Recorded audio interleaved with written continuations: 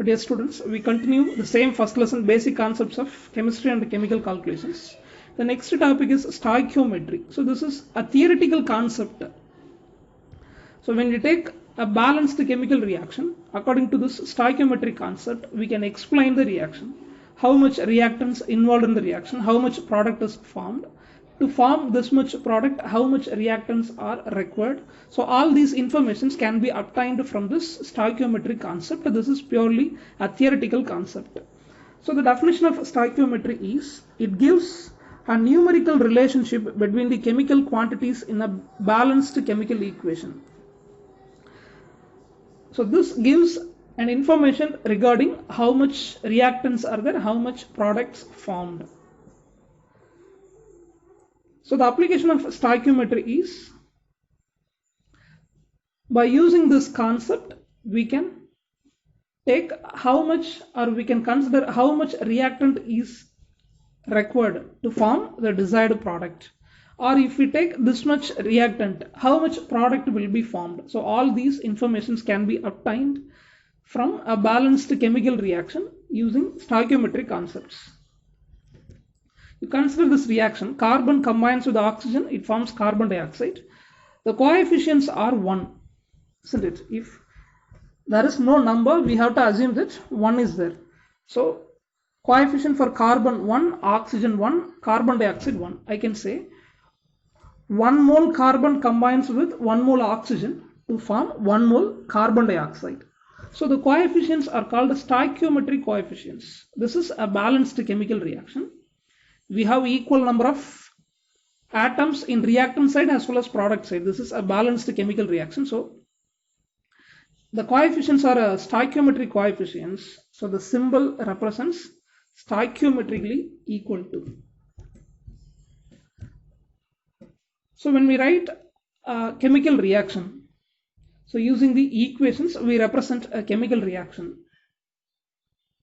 We can explain the chemical reactions in terms of mass, or in terms of volume, or in terms of mole. Okay. So while writing the chemical reactions, it can be explained in terms of mole, in terms of mass, in terms of volume, and all the three factors are interconvertible in nature. So the conversion factor is given here. Okay. So you remind two important formula. One is number of moles is equal to mass divided by atomic mass or molecular mass. This is the first formula. Number of moles can be calculated using mass divided by atomic mass or molecular mass. If it is atom, atomic mass. If it is a molecule, molecular mass. So mass divided by atomic or molecular mass is a formula to calculate number of moles. Right. If we express the substance in terms of volume, the formula is volume divided by molar volume. Okay, two formulae, you just remind it. Number of moles is equal to volume divided by molar volume. So using these two formulas, mass, volume and mole, all these are interconvertible. Okay, number of mole can be converted into mass, mass can be converted into number of moles, volume can be converted into number of moles, number of moles can be converted into volume. So all these are interconvertible. For that, you have to remind two formula. Number of moles is equal to mass divided by molecular mass, number of moles is equal to volume divided by molar volume. You just interchange the factors. All the three factors are interconvertible. We can explain this using an example. Consider combustion reaction, combustion of methane. When methane is burnt in the presence of oxygen, it produces carbon dioxide and water. So this balanced equation is considered. The coefficients are methane 1, oxygen 2, carbon dioxide 1, water 2. So from the balanced chemical reaction, we take the coefficients. It is called stoichiometric coefficient because the reaction is a balanced chemical reaction. So according to this concept, according to stoichiometry, the coefficients can be used to explain the reaction in terms of mole, in terms of mass, in terms of volume. Okay. First one, mole relationship. That means reactants are expressed in terms of mole, products are also expressed in terms of mole. So this is called a mole relationship. So I can explain the reaction as 1 mole methane is combining with 2 moles of oxygen to form 1 mole of carbon dioxide and 2 moles of water. So using the stoichiometric coefficient, we explain the reaction in terms of mole. This is called mole relationship. Next, mass relationship. The reactants and the products will be explained in terms of mass. We know the formula. Number of moles is equal to mass divided by molecular mass, isn't it? So, how can we calculate the mass? We just rearrange the formula. When number of moles is multiplied by molar mass or molecular mass, we get mass. So 1 mole methane is nothing but how much mass? 16 gram. 1 mole oxygen is nothing but 32 gram. Here 2 moles present. So 32 into 2, 64 gram. 1 mole carbon dioxide means 44 gram. Okay, number of moles multiplied by the molar mass or molecular mass. 1 mole water, 18 gram. Here 2 moles of water present. So this is 36 gram. So reactants are expressed in terms of mass, products are also expressed in terms of mass. So this is called a mass relationship. I can say 16 gram methane combines with 64 gram oxygen to form 44 gram carbon dioxide and 36 gram water. Next, mass volume relationship. The reactants will be explained in terms of mass, products will be expressed in terms of volume. This is called a mass volume relationship. So I said 2 basic formulae. From that you can interconvert all. Number of mole will be converted into mass, number of mole can be converted into volume, everything you can do. So 1 mole methane is nothing but 16 gram. 2 moles oxygen is nothing but 64 gram. 1 mole carbon dioxide. This is what? 1 mole carbon dioxide. What is the formula? Number of moles is equal to volume divided by molar volume. Okay. So, the formula, number of mole is multiplied by molar volume. You will get the volume. How will you convert number of mole into volume? Formula, number of moles is multiplied by the molar volume. Okay, we already studied molar volume value 22.4 liter at 273 Kelvin and 1 atmospheric pressure. So number of mole 1, molar volume 22.4 liter. So 1 mole carbon dioxide is nothing but what? 22.4 liter. Then water molecules, 1 mole means 22.4 liter, but in the reaction 2 moles of water formed. So 2 into 22.4, 48.4 liter. So 16 gram methane combines with 64 gram oxygen, it produces 22.4 liter of carbon dioxide and 44.8 liter of water molecules. Now the last one is volume relationship. Both the reactants and the products are expressed in terms of volume. So 1 mole methane is nothing but 22.4 liter of methane. 2 moles of oxygen, that means a 44.8 liter of oxygen. Both are combining together to produce 22.4 liter of carbon dioxide and 44.8 liter of water molecules. So according to stoichiometry, a balanced chemical reaction or chemical equation can be explained in terms of mass, volume and number of moles. So based on that we have some problems. Okay. Based on stoichiometry we have problems.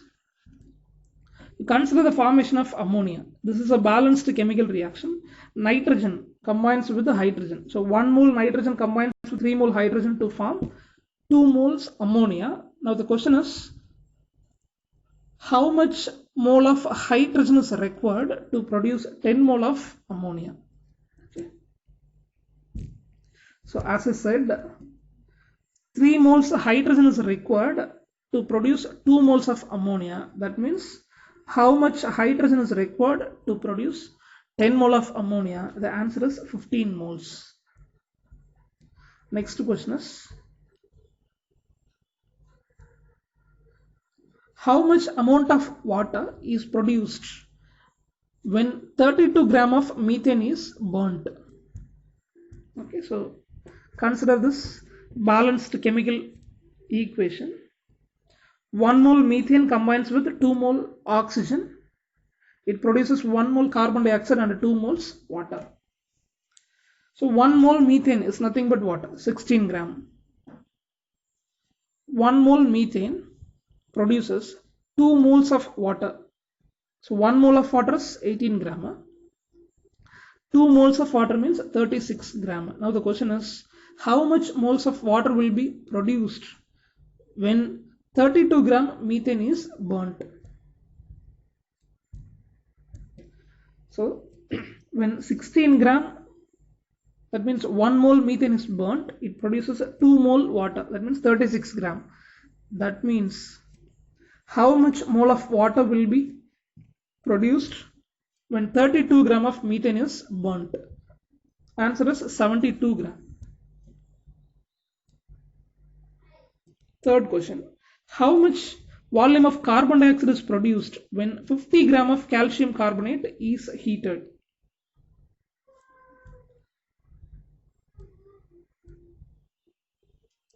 This is the balanced chemical equation. 1 mole calcium carbonate is decomposed to produce 1 mole calcium oxide and 1 mole carbon dioxide, a balanced chemical equation. 1 mole calcium carbonate is nothing but 100 gram. Molar mass 100 gram. You add atomic masses of all the 3 atoms. Calcium 40, carbon 12. For each oxygen 16. 3 oxygen means 48. You add all these values. 40 plus 12 plus 48. 100 gram. So 1 mole calcium carbonate is a decomposed. That means 100 gram calcium carbonate is decomposed. It produces 1 mole carbon dioxide. 1 mole means 22.4 liter. Isn't it? 22.4 liter or 22.7 liter. If you maintain 1 bar pressure, 22.7 liter. So when 100 gram calcium carbonate, that means 1 mole calcium carbonate is decomposed, it produces 1 mole carbon dioxide, that means volume 22.7 liter. When 50 gram calcium carbonate is burnt, how much volume of carbon dioxide is liberated, which is 11.35 liters. Next problem. How much volume of chlorine is required to form 11.2 liters of hydrochloric acid? Consider the formation of hydrochloric acid. Hydrogen combines with the chlorine to form a hydrogen chloride gas. 1 mole of chlorine produces 2 mole of hydrogen chloride. This is a balanced chemical equation. So 1 mole of chlorine produces 2 moles of hydrogen chloride. What is the volume? 1 mole means 22.4 liter. 2 moles means 44.8 liter. Now the question is, how much volume of chlorine is required to produce 11.2 liters of hydrogen chloride? So answer is 5.6 liters.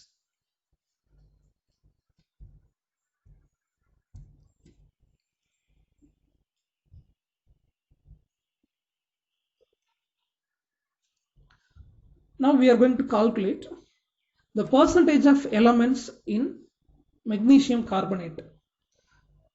Next, how much carbon dioxide is liberated when 90% pure 1 kilogram magnesium carbonate is burnt? So 2 questions are given. You have to find the percentage of elements in the magnesium carbonate. You have to find how much carbon dioxide is liberated when 1 kilogram of 90% pure magnesium carbonate is burnt. So the balanced chemical equation is representing 1 mole magnesium carbonate decomposed to produce 1 mole magnesium oxide and 1 mole carbon dioxide. Isn't it? Okay, what is the molar mass of magnesium carbonate? 84. Magnesium atomic mass, carbon atomic mass, then oxygen atomic mass. You add all these, you will get molar mass of magnesium carbonate. magnesium 24, carbon 12.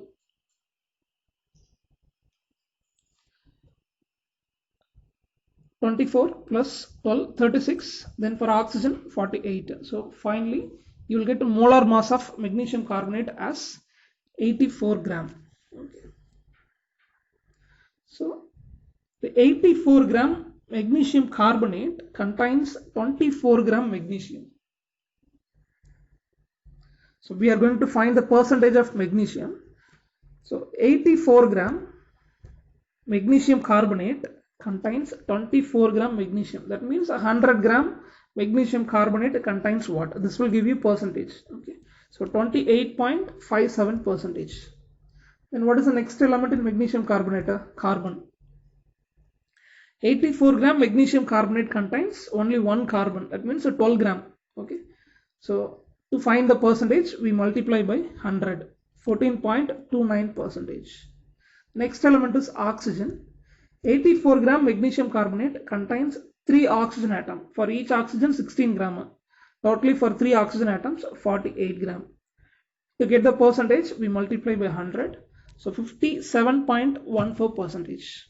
So by adding all the 3, you will get 100 percentage. 84 gram magnesium carbonate contains 24 gram magnesium, 12 gram carbon and 48 gram oxygen. So first part over. Second part, calculate how much volume or how much mass of carbon dioxide is liberated when 1 kilogram of 90% pure magnesium carbonate is decomposed.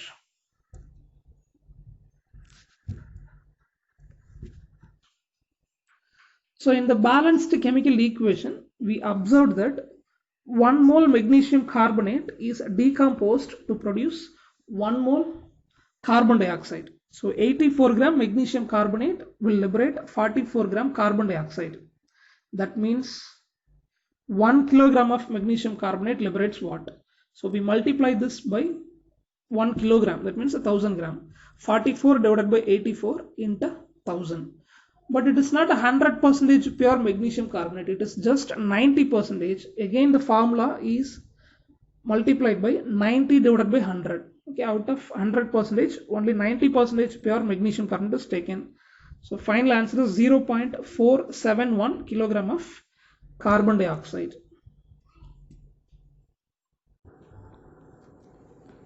Next, limiting reagent. We consider a non-stoichiometric reaction. We take an unbalanced reaction in which one of the reactants will be completely consumed and one of the reactants will be in excess.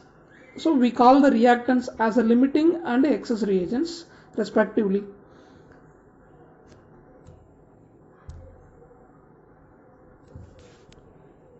So when you take an unbalanced reaction, any one reactant will be completely consumed. This limits further reaction, so we call it as limiting reagent.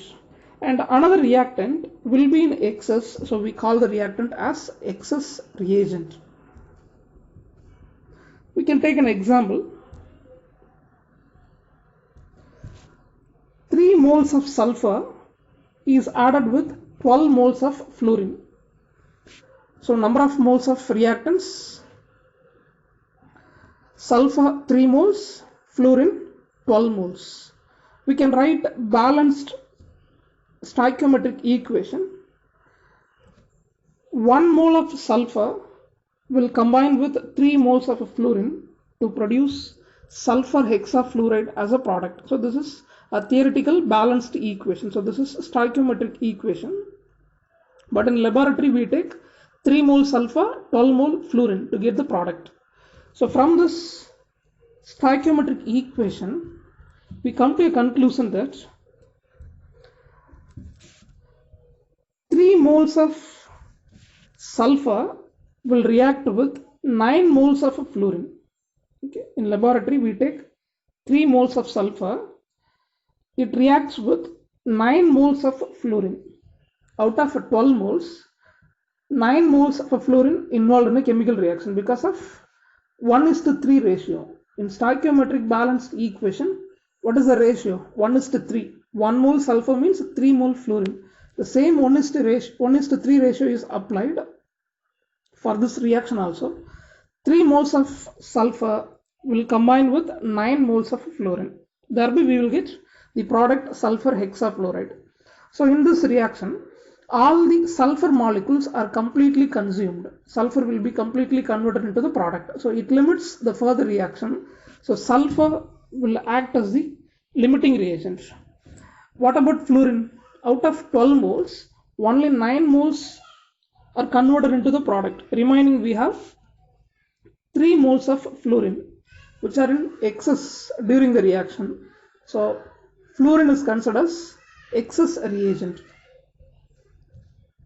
So we have to know what is limiting reagent, what is excess reagent in a non-stoichiometric reaction. Okay. Based on that, we have a problem.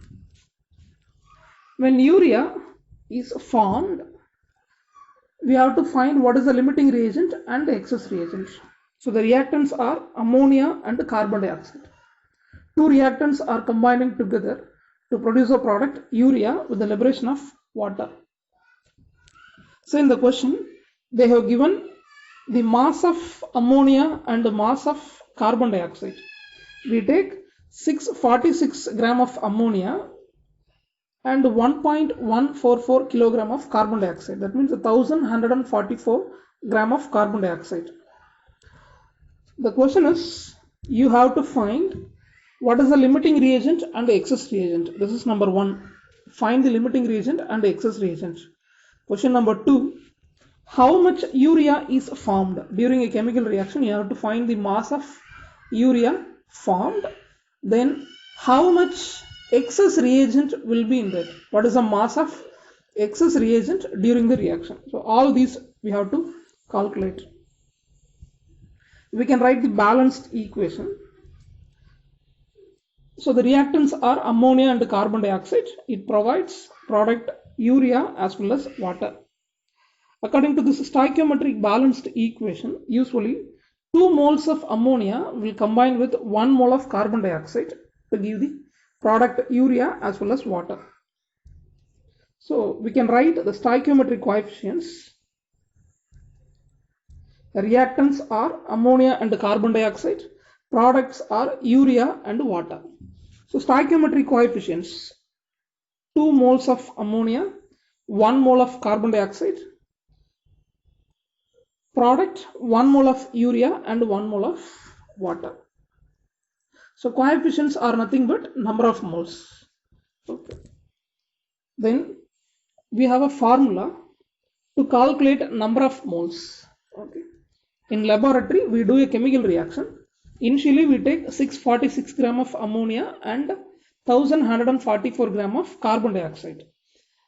Theoretically 1 mole ammonia, 2 mole ammonia will combine with 1 mole carbon dioxide. So based on the theoretical stoichiometric calculations, we are going to find what is the limiting reagent, what is the excess reagent, how much excess reagent is present, how much product is formed. All these values are going to be calculated. We have a basic formula to calculate the number of moles, which is mass divided by molecular mass or molar mass. So initially we take 646 gram of ammonia and 1144 gram of carbon dioxide. We can convert this mass into the number of moles. So mass divided by molar mass will give you number of moles. 646 gram ammonia is nothing but 38 moles. 1144 gram carbon dioxide is taken, which is nothing but 26 mole. Mass divided by molar mass will give you number of moles.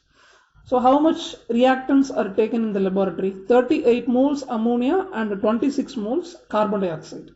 Okay. Theoretical calculation, usually 2 mole ammonia will combine with 1 mole carbon dioxide. They are in 2:1 ratio.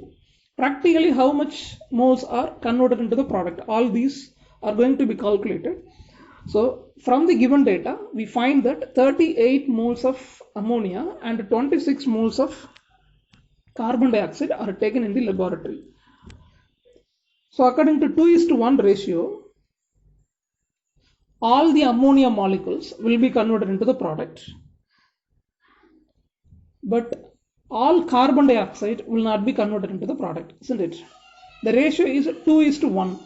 2 mole of ammonia will combine with 1 mole of carbon dioxide. In that case, 38 mole of ammonia will combine with 19 mole of carbon dioxide to give the product, isn't it? All 26 moles of carbon dioxide will not be converted. We have only 2:1 ratio according to stoichiometric concept. So 38 mole ammonia will be taken means 19 moles of carbon dioxide will be utilized for the formation of product. So according to stoichiometric calculations, how much mole of product will be formed?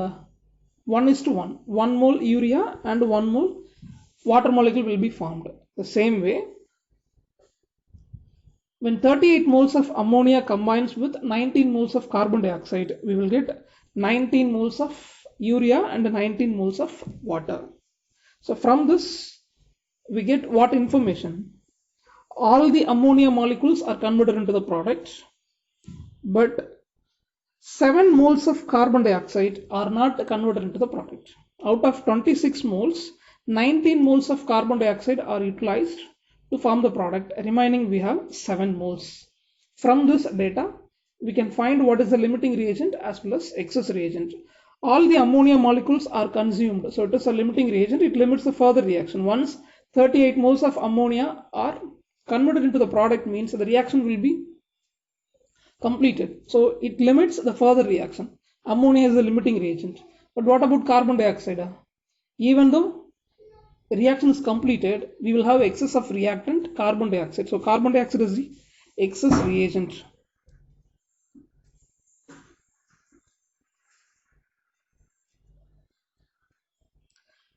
Next, how much product is formed and how much excess carbon dioxide is present. The mass we are going to calculate. Okay, what is the formula to calculate number of moles? Mass divided by molar mass. From this we can rearrange to get the formula of calculating mass. Rearrange the formula. Mass is nothing but number of moles multiplied by the molar mass. So in the calculations we found that 19 moles of urea formed. So when number of moles multiplied by the molar mass, we will get mass. 19 moles of urea formed. Molar mass of urea 60 gram per mole. So 1.14 kilogram of urea is formed during a reaction. And the excess reagent is carbon dioxide. 7 moles of carbon dioxide is in excess. So mass can be calculated using the formula number of moles multiplied by the molar mass. Molar mass of carbon dioxide 44. So 7 into 44. 308 gram of carbon dioxide is present as an excess quantity. Okay. So with this, limiting reagent and excess reagent concept is over. Next we move into the redox reactions. So we have different types of reactions. Organic reactions are totally different, and inorganic reactions, mostly the reactions are ionic in nature, right? Mostly inorganic reactions are ionic in nature. So in ionic reactions, the redox reaction is a common one, right? In your 10th standard, you studied what is oxidation, what is reduction, and what is redox reaction.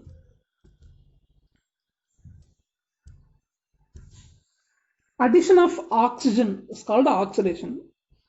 Oxygen is added with iron. We have obtained ferric oxide. This is oxidation process. Removal of hydrogen is an oxidation process. Hydrogen is removed from hydrogen sulfide. So removal of hydrogen is an oxidation process. Loss of electron is an oxidation process. Ferrous become ferric. By losing an electron, ferrous become ferric. So loss of electron is an oxidation process. So what is the definition for oxidation? Addition of oxygen, removal of hydrogen, or loss of electron. Then reduction is opposite to this.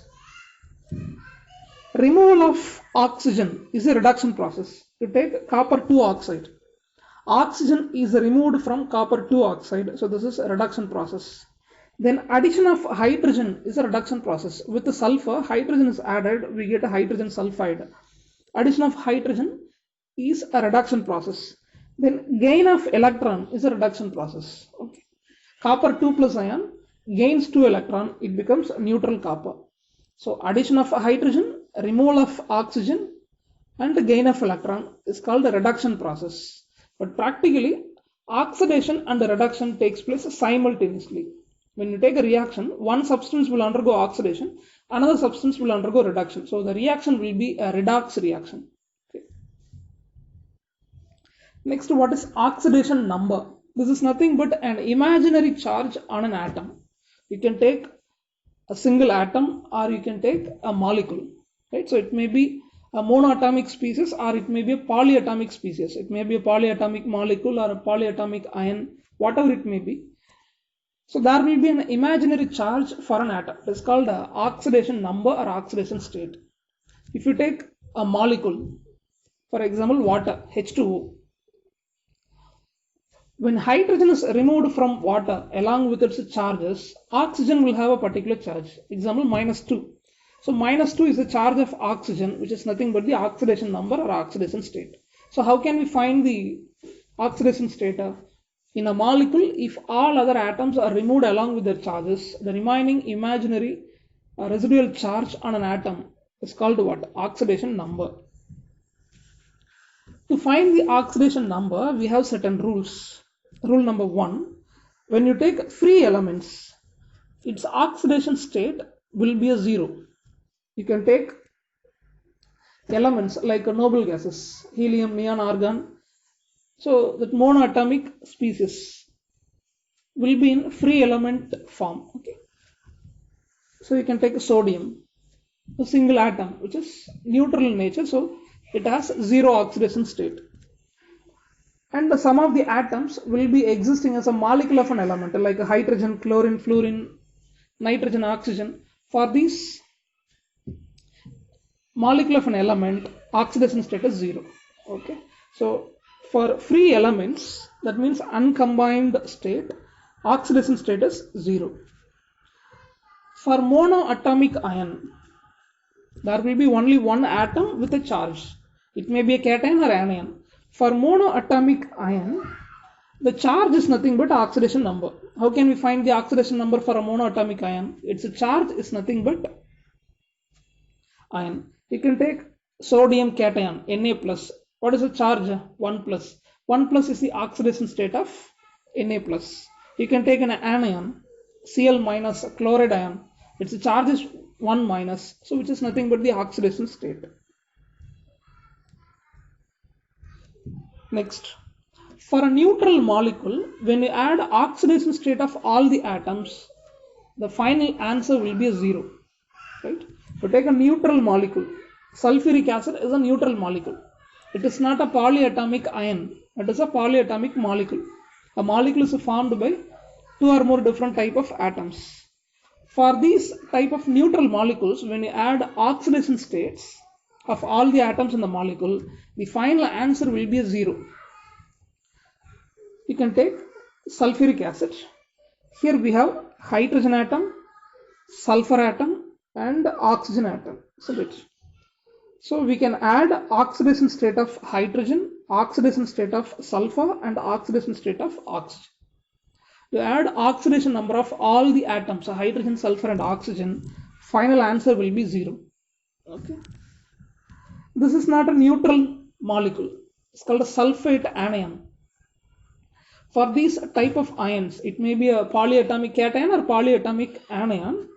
When you add oxidation state of the atoms in the polyatomic ion, the final answer will be equal to the overall charge. You just add oxidation state of sulfur and oxidation state of oxygen. The final answer will be the overall charge of the ion. Right? It will be equal to the overall charge of the ion. Next, what is the oxidation state of hydrogen? We know that hydrogen behaves like first group elements as well as 17th group elements, isn't it? So that the hydrogen place is not fixed in modern periodic table. It behaves like alkali metals as well as halogens. So in most of the compounds, hydrogen exhibits +1 oxidation state, but in metal hydrides, it exhibits -1 oxidation state. Example, hydrochloric acid. Here oxidation state of hydrogen is +1, H plus Cl minus. We take sodium hydride, Na plus H minus. Oxidation state of hydrogen is -1. So two oxidation states are available for hydrogen, +1 as well as -1. Then fluorine. So fluorine is the first member of group number 17, halogen family. Fluorine always exhibits -1 oxidation state in all its compounds. Okay. Point number 6. What is the oxidation state of oxygen? Oxygen exhibits different oxidation states in different compounds. In most of the compounds, -2, but there are some exceptions. Okay. We take water molecule. In water molecule, oxidation state of oxygen is -2. Hydrogen +1, oxygen -2. You can take peroxides and superoxides. Oxidation state of oxygen will be different. This is hydrogen peroxide, H plus O minus, oxidation status -1. We take superoxides, potassium superoxide, K plus, oxygen -1/2. Okay, -1/2. We take oxygen difluoride. Here oxygen exhibits positive oxidation state. So that +2. Fluorine 1 minus, oxygen +2. So oxygen exhibits variety of oxidation states. Then alkali metals, elements of group number 1 will always exhibit +1 as an oxidation state. Right? Group number 1 elements always exhibit +1 as an oxidation state. Group 2 elements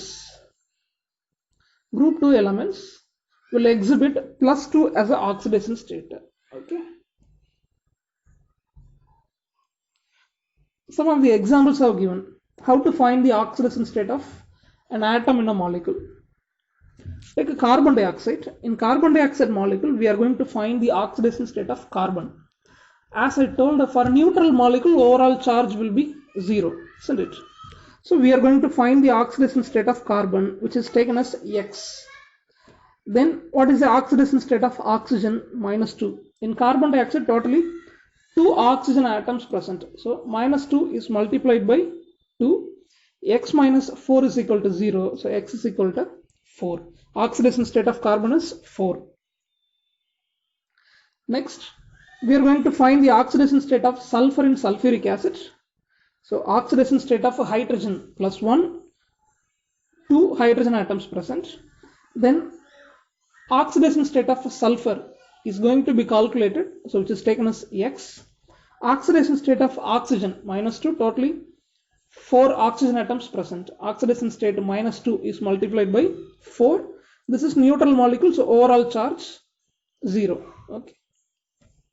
So X value +6. Sulfur has oxidation state +6. Next, a polyatomic anion. This is called a dichromate ion, Cr2O7 2 minus, dichromate anion. This is a polyatomic anion. We are going to find the oxidation state of chromium. So oxidation state of chromium is taken as X. Here we have 2 chromium atoms, so X is multiplied by 2. Then oxidation state of oxygen is -2. Totally we have 7 oxygen atoms. So X value +6. Next, CH2F2. So this is difluoromethane. Here we are going to find the oxidation state of carbon. So oxidation state of carbon is taken as X. Oxidation state of hydrogen +1. Oxidation state of fluorine -1. So X value 0. Carbon has a 0 oxidation state. Next one, sulfur dioxide. Oxidation state of sulfur is going to be calculated. So we take it as X. Oxidation state of oxygen -2. Totally 2 oxygen atoms present. -2 is multiplied by 2. X value +4. Oxidation state of sulfur is +4.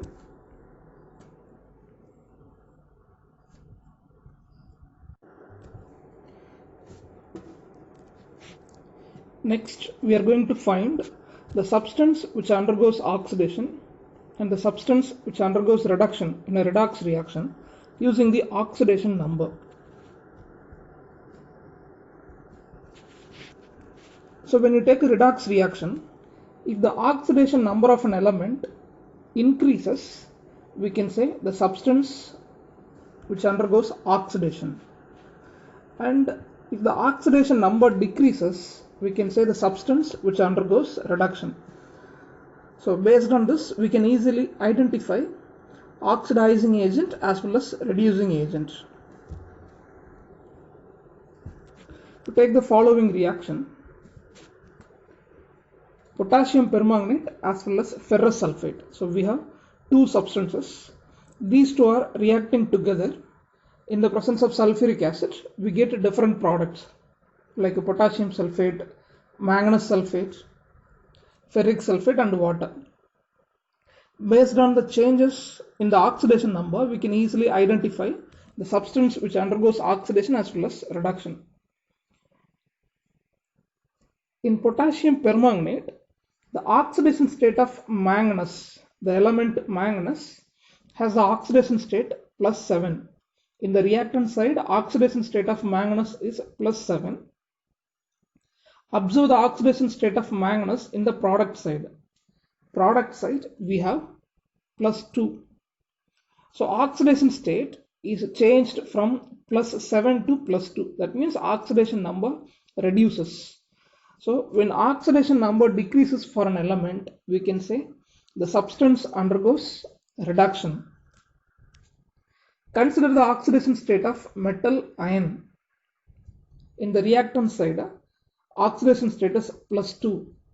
In the product side, oxidation state of the metal ion is +3. So oxidation state is increased by value 1. We can say the process is an oxidation process. So ferrous sulfate becomes ferric sulfate by oxidation process. So increase of oxidation number indicates the substance undergoes oxidation. The decrease of oxidation state indicates the substance undergoes reduction. Next, we have 5 types of redox reactions. First, we take combination reaction. So you have already completed 4 types of reactions in your 10th standard. The same is studied here also. Combination is a type of redox reaction. So 2 or more substances will join together to form a single substance. At least two substances are required to form a single substance. So this will be a combination reaction. You can take carbon and oxygen. So these two elements are combining together to form the compound carbon dioxide. So this is a combination type of redox reactions. You can observe which undergoes oxidation, which undergoes reduction based on the oxidation state. Left hand side, oxidation state of carbon is 0. In the product side, +4. So oxidation state is increased, carbon undergoes oxidation. Then oxygen, it is a molecule of an element, oxidation state 0. But in product side, it has oxidation state -2. So oxidation number decreased, it undergoes reduction process. Second type of reaction is decomposition reaction. A single substance will be decomposed to produce 2 or more compounds. 2 or more products will be formed by the decomposition of a single substance. So this is the decomposition of potassium perchlorate. This is also a redox reaction. You can observe the oxidation state of elements in the reactant side as well as product side. Chlorine is having the oxidation state +5 in the reactant side, in the product side -1. So oxidation state is decreased. Chlorine undergoes reduction. Oxygen, oxidation state is -2 in the left hand side, in the product side 0. So the value is increased. So oxygen undergoes oxidation, chlorine undergoes reduction. Third one is displacement reaction. A metal will displace a metal in the salt, or it may displace a non-metal in the salt. Okay. So an atom or ion in a substance will be replaced or displaced by another ion or atom. The process is called a displacement reaction. So based on the displacement, it may be a metal displacement or non-metal displacement. An atom can displace a metal or it can displace a non-metallic atom. First we take a metal displacement reaction. This you already studied in 10th. When zinc rod is dipped in copper sulfate solution, you can observe the color changes. The copper sulfate is a blue color solution. When zinc granules or zinc strip is added in the copper sulfate solution, there will be a metal displacement reaction. Slowly, color of the solution will be changed. Right? So the reason is zinc is more reactive than copper. Zinc undergoes oxidation easily. Zinc loses 2 electrons easily. So the metal zinc is highly reactive than the metal copper. So that Cu2 plus is displaced by zinc. We get the product zinc sulfate with the liberation of metal copper. So a metal displaces another metal in its salt. This is called a metal displacement reaction. And this is also a redox reaction. Left hand side, copper is having the oxidation state +2. Product side is 0. So oxidation state decreases, copper undergoes reduction. Zinc has 0 oxidation state in the left hand side. Product side it has oxidation state +2. So oxidation state increased for zinc, it undergoes oxidation. One more type, displacement of a non-metal. So a metal will displace a non-metallic atom. You take the zinc. When zinc is added with the acids like hydrochloric acid, the non-metal hydrogen is behaving as both metal as well as non-metal. So hydrogen is displaced, right? And this is also a redox reaction. Product side +2, oxidation state increased for zinc, it undergoes oxidation. Then for hydrogen, oxidation state is +1 in the left hand side, product side 0. So oxidation state is reduced for hydrogen, this undergoes reduction. So with this third type of redox reaction over, next we move into the fourth type, disproportionation reaction or auto-redox reaction. So here both oxidation and reduction will be taking place in only one substance. Take the hydrogen peroxide. We have only one substance in the reactant part. The hydrogen peroxide will undergo both oxidation and reduction. So this type of reaction is called a disproportionation reaction or auto-redox reaction. What about the oxidation state of oxygen? In the left hand side, oxidation status -1. In product side, check the oxidation state of oxygen in water, -2. So there is a change of oxidation state from -1 into -2. So there is a reduction of, or there is a decrease of oxidation state of oxygen. So this is a reduction process. Then we have one more product, oxygen molecule, where oxidation state is 0. So there is a change of oxidation state of oxygen from -1 to 0. There is an increase of oxidation state. It undergoes oxidation. So a single substance or an element will undergo oxidation and reduction. This is called auto-redox reaction or disproportionation reaction. So the same is applicable for the one more example. Chlorine combines with potassium hydroxide, it forms potassium chloride, water molecule. The oxidation state of chlorine in the left hand side is 0. In the product side, -1 in potassium chloride, +5 in the potassium perchlorate. So the chlorine undergoes both oxidation as well as reduction. 0 to plus 5 oxidation state increases. The process is an oxidation process. Then there is a change of oxidation state from 0 to -1. So this is the decrease of oxidation state. It is a reduction process. Then fifth type, competitive electron transfer reaction. So in third type of redox reaction, we studied displacement. An atom will displace another atom. This is mainly based on reactivity. So how fast it undergoes oxidation, based on that the reactivity will be different. So we studied an example. When zinc metal is added in copper sulfate solution, zinc is more reactive than copper because zinc undergoes oxidation fast. Zinc loses 2 electrons easily. So zinc displaces Cu2 plus from the copper sulfate. You take the reverse reaction. In zinc sulfate solution, if you add a copper metal, will you observe any changes? Will the reaction takes place? No. So as I told already, comparing copper, zinc is more reactive. So when copper metal is added in zinc sulfate, copper cannot displace zinc from zinc sulfate. So the reaction is not possible. We can take one more reaction, one more electron displacement reaction.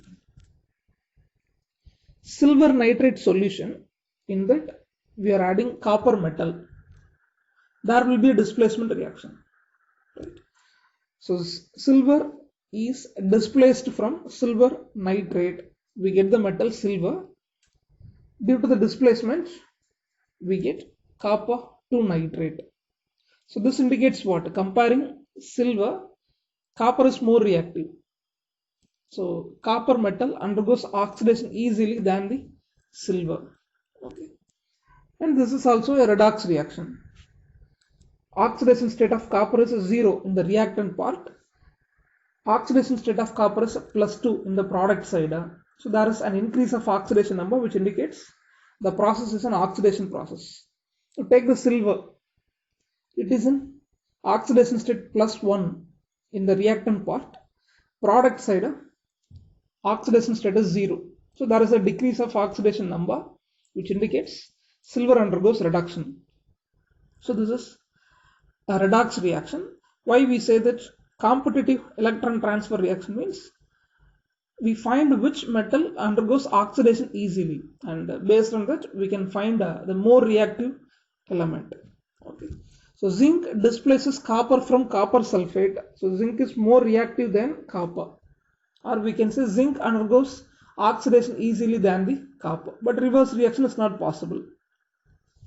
At the same time, copper is more reactive than the silver. Silver will be displaced from silver nitrate by copper. Comparing silver, copper undergoes oxidation easily. So this is the electron releasing tendency decreasing order. From zinc to copper, copper to silver, electron releasing tendency decreases. Electron releasing tendency means oxidation. Oxidation tendency decreases in this order. So with this we complete types of redox reactions. Next we move into the balancing the chemical reactions.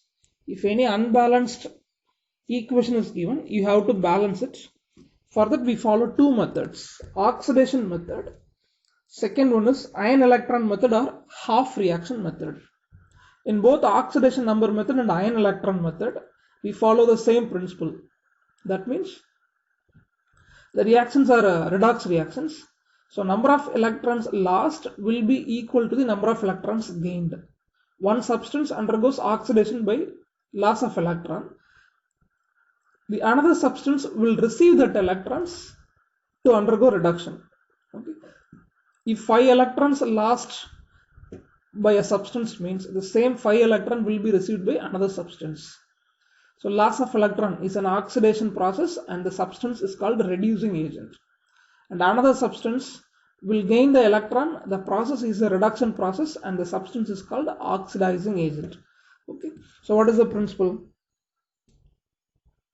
Number of electrons lost will be equal to the number of electrons gained.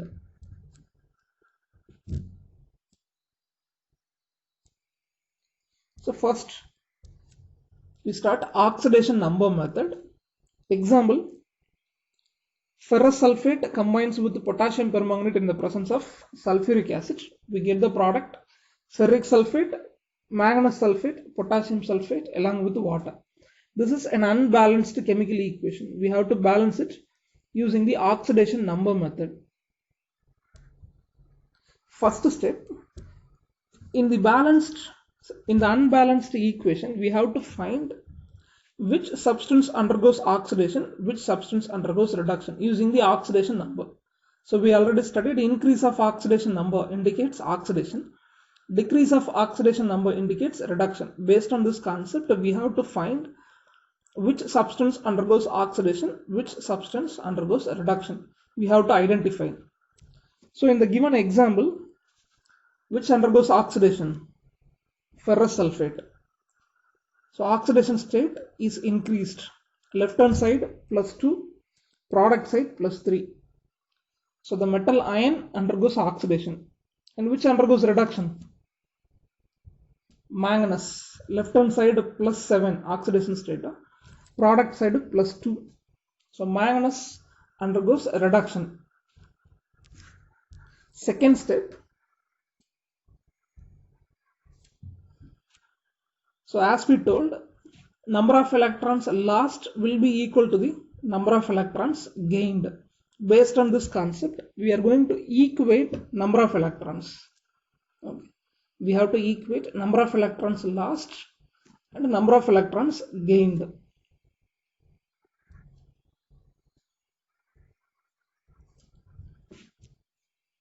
Okay, take ferrous sulfate. This undergoes oxidation, right? By loss of an electron. It loses an electron. It undergoes oxidation. Then manganese gains 5 electrons. Oxidation state decreased from plus 7 to plus 2. Decrease of oxidation state by 5. So it gains 5 electrons, right? Manganese gains 5 electrons. It undergoes reduction. To check number of atoms in the product side. Check the number of atoms in the product side. In ferric sulfate, 2 iron atoms are there. Fe. Okay. So the metal ion 2 present in the product side. What about manganese? 1. So already manganese is a balanced one, isn't it? Left hand side we have only 1 manganese ion.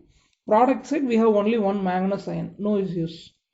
But what about the metal ion? Left hand side only 1. Product side 2. So that the number of electrons are multiplied by the number 2. Okay. So in the left hand side, ferrous sulfate loses 1 electron. It is multiplied by number 2. Manganese gains 5 electrons, which is multiplied by 2. So using the common number 2, we multiply the number of electrons lost, number of electrons gained, because we need equal value. If 10 electrons lost means 10 electrons should be gained. So to equate the number of electrons lost and the number of electrons gained, we multiply by a common number. How we get the common number? Based on number of atoms on both sides. Left hand side we have only 1 metal ion. Product side we have 2 metal atoms, 2 ions present, so that we get the common number. So 1 electron is multiplied by 2. The answer is 2. 5 electrons gained by manganese, which is multiplied by number 2. We get the answer 10. Then this will be utilized for cross multiplication. Okay. So the answer 2 for the ferrous sulfate, the 10 for the potassium permanganate will be utilized for cross multiplication, so that we will get a equal number of electrons. Okay. So the coefficient is changed. So here coefficient is 1. In the unbalanced equation, the coefficient of ferrous sulfate 1, coefficient of potassium permanganate 1.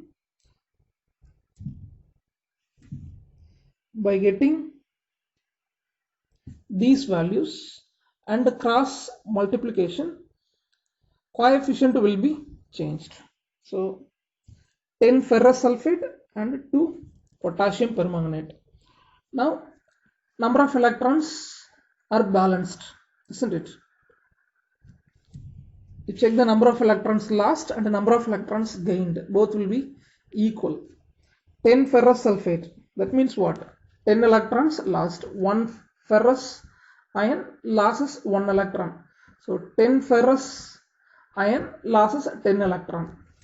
Then each manganese ion gains 5 electron. What about coefficient? 2. So 2 manganese ion will gain 10 electron. So we have equated the number of electrons. So this is second step. Third step, in the product side we have to balance the substance.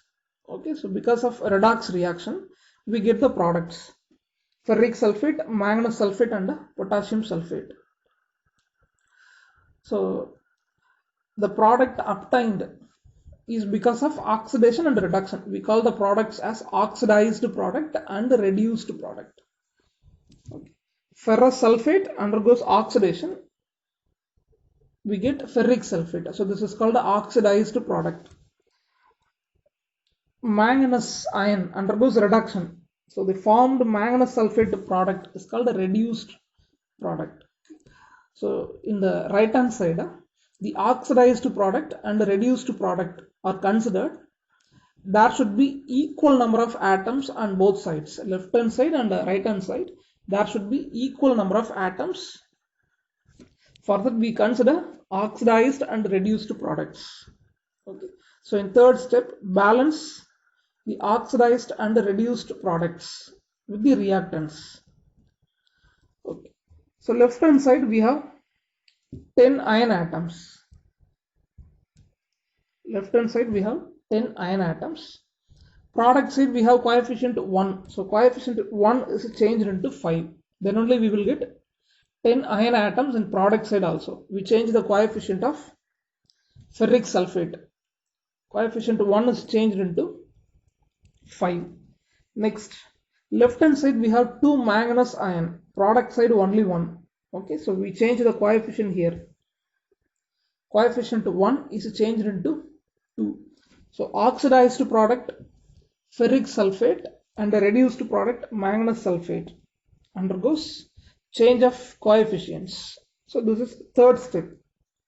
Fourth step, balancing the other atoms except hydrogen and oxygen. In the equation, except hydrogen and oxygen, other atoms have to be balanced. So other two atoms are potassium and sulfur. We take sulfur. In the reactant side, we have totally 10 sulfur atoms. Okay, reactant side, we have 10 sulfur atoms and only 1 sulfur in the sulfuric acid.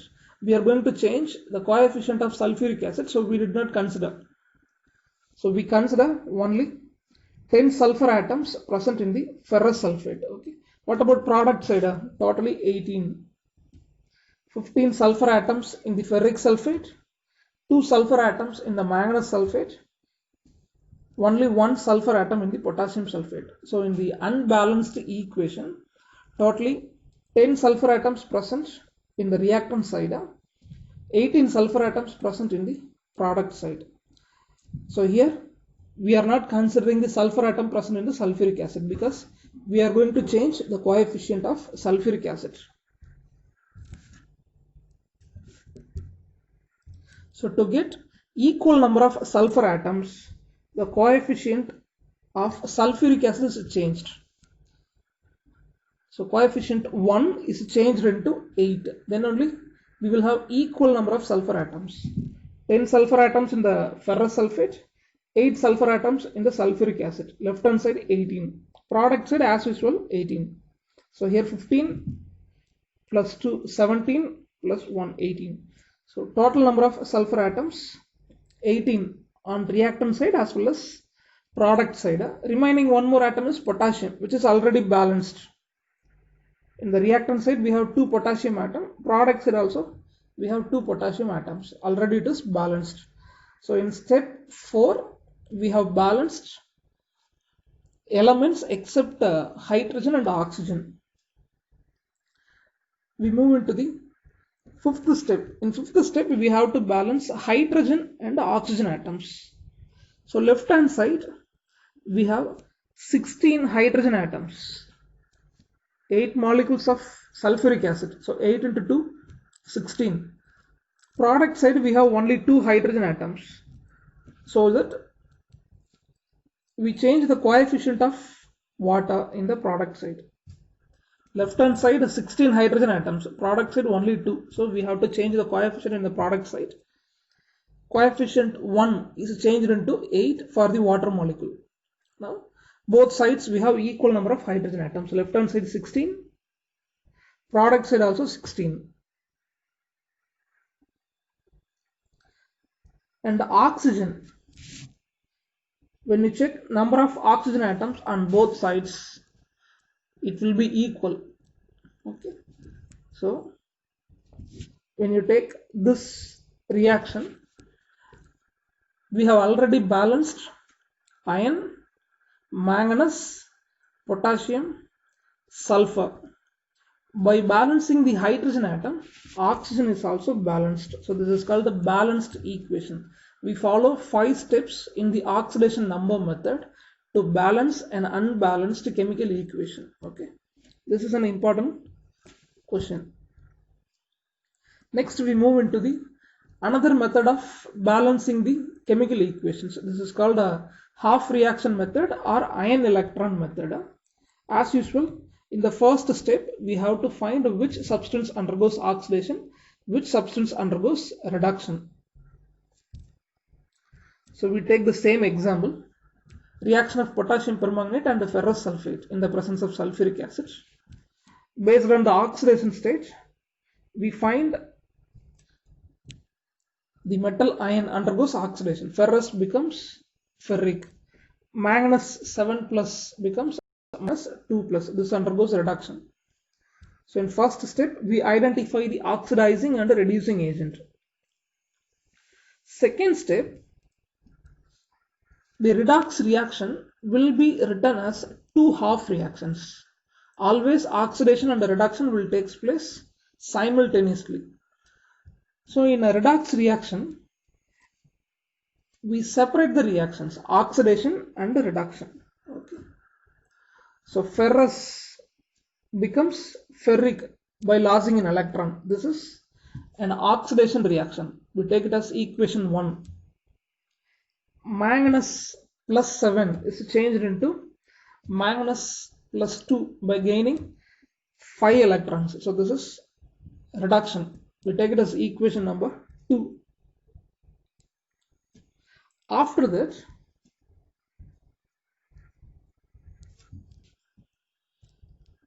we balance number of atoms on both sides. Okay, we have to balance number of atoms first. We take equation 1. Ferrous becomes ferric. Number of atoms same. Left hand side only 1. Products are also only 1. Coefficients are same. So equation 1 already balanced. We no need to change anything. You take reduction process. Okay. When you take a reduction process,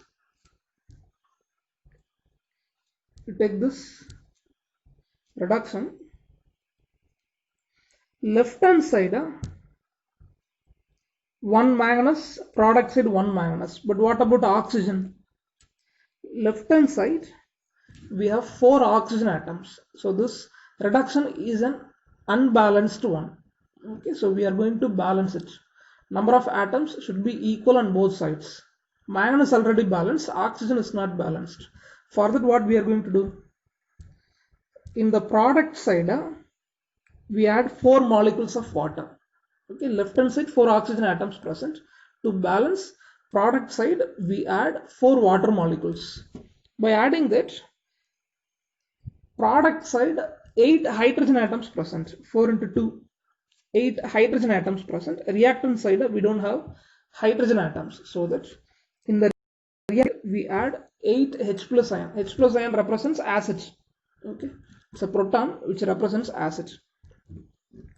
So in second step, we write two half reactions. After that, we balance the number of atoms on both sides. Equation 1 is already balanced. In equation 2, oxygen is unbalanced, so we add 4 molecules of water in the product side.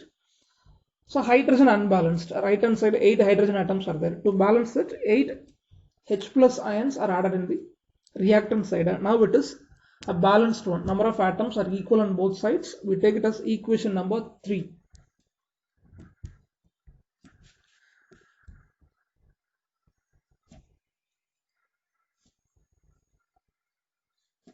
Okay, next, third step. First, we have to equate number of electrons. Okay. Like oxidation number method, here also we are going to equate number of electrons. Number of electrons lost by a substance should be equal to the number of electrons gained by another substance. Okay. For that, equation 1 is multiplied by 5. Why? When you take third equation, manganese ion gains 5 electron. Okay. Number of electrons gained 5 means number of electrons lost should also be 5. Okay, so that equation 1 is multiplied by 5. 5 ferrous ion becomes 5 ferric ion by losing 5 electrons. To equate the number of electrons lost and the number of electrons gained, equation 1 is multiplied by 5. Equation 3, we take it as such, or we can multiply by 1. Okay. So here, number of electrons lost, number of electrons gained are equal. So we take this as a fourth equation. Equation 1 is multiplied by 5, we get equation number 4. Equation 3 is multiplied by 1, we get equation number 5. So in step 3, we do first equating number of electrons on both sides. Okay. The next part, we have to add equation 4 and 5. Equation 4 and 5 will be added. While we add it, the number of electrons will be cancelled. Left hand side 5 electrons, product side 5 electrons. So similar species can be cancelled, right? So left hand side and right hand side we have 5 electrons, it can be cancelled. So finally we are getting the balanced equation. So in ion electron method we have only 3 steps. First step, identifying oxidizing agent and reducing agent. That means oxidation which undergoes reduction. In step number 2, we have to equate number of atoms. Number 3, we have to equate number of electrons lost and the number of electrons gained. By adding two half reactions, we will get the finally a balanced chemical equation. So with this, first lesson over.